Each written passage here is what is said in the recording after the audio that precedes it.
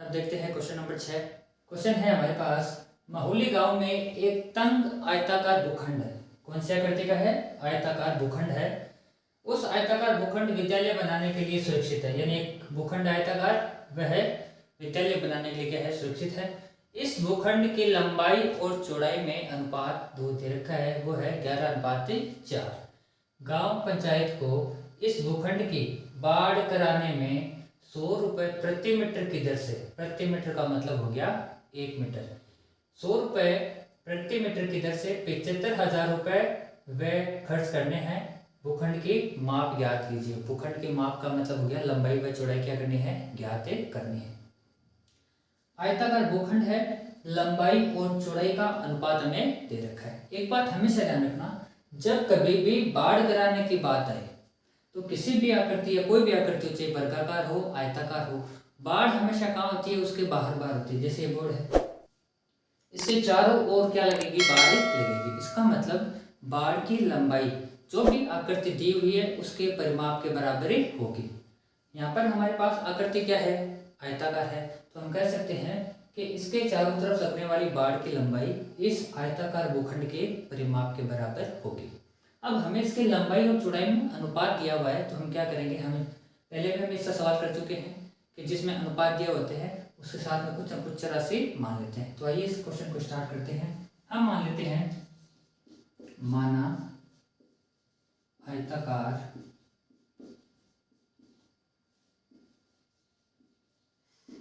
भूखंड की लंबाई का जो अनुपात है वो हमारे पास कितना है? 11। ठीक है। अब 100 रुपये प्रति मीटर के हिसाब से दे रखा है, तो हमारे पास यहाँ पे क्या हो जाएगा? हम क्या मान लेंगे इसको? 11x मीटर मान लेंगे। ठीक है। चौड़ाई क्या मान लेंगे? चौड़ाई का जो अनुपात है वो है हमारे पास 4, तो चौड़ाई मान लेंगे 4x मीटर।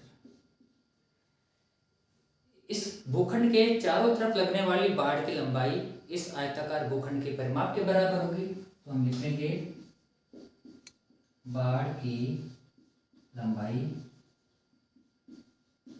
बराबर भूखंड का परिमाप। भूखंड किस आकृति का है? आयताकार, तो आयत के परिमाप के बराबर हो जाएगी। हम कह सकते हैं आयत का परिमाप होता है 2 गुना लंबाई प्लस चौड़ाई। ठीक है। लंबाई और चौड़ाई हमने क्या मान रखी है? उसका मान इसमें रख देंगे, तो 2 गुना लंबाई हमारे पास है 11x प्लस चौड़ाई है 4x। 11 और 4 कितने हो गए? 15x आ जाएंगे। ठीक है। 15x को जब 2 से गुना किया, 15 दूनी 30x, यानी 30x मीटर। इस आयताकार भूखंड के चारों तरफ लगने वाली बाढ़ की लंबाई 30x मीटर आ जाएगी। अब देखो क्या दे रखा है कि जो बाढ़ लगाने का जो खर्चा है ना, वो हमारे पास है 100 रुपये प्रति मीटर, यानी 1 मीटर बाढ़ लगाने का खर्चा 100 रुपये है। तो कैसे लिखेंगे इसको? 1 मीटर बाढ़ लगाने का खर्चा कितना रुपए है? 100 रुपये प्रति मीटर का मतलब होता है 1 मीटर।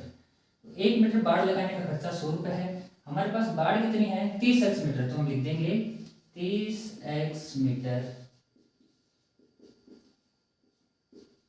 बाढ़ लगाने का खर्चा। 1 मीटर का 100 रुपये है और हमारे पास बाढ़ की लंबाई कितनी आई है? 30x। तो क्या करेंगे? 100 को गुणा कर देंगे 30x से, तो ये हमारे पास आ जाएगी 3000 रुपये। ये खर्चा कितना आ जाएगा? 3000x। और ये वास्तव में हमें खर्चा कितना दे रखा है? 75,000। यानी ये राशि किसके बराबर है? 75,000 के। तो हम लिख देंगे प्रश्नानुसार जो 3000x रुपये है ना, वो वास्तव में कितने रुपए हैं? 75,000 रुपये हैं।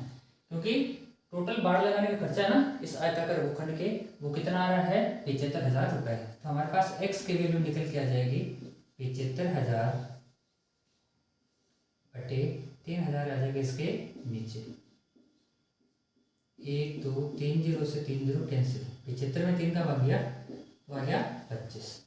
अब लंबाई हमने क्या मानी थी 11x मीटर, तो 11 गुना x, x का मान कितना आ रहा है 25 गुना कर देंगे 25 एकम 25 हासिल थी 2 चली जाएगी 25 एकम 25 से 2 27 275 मीटर ये आ जाएगा। ठीक है, और चौड़ाई हमने क्या मान रखी है इसकी 4x मीटर, x का मान कितना है 25, तो 25 चौके 100 मीटर। तो हम कह सकते हैं इसकी लंबाई और चौड़ाई हमारे पास लंबाई आ जाएगी तो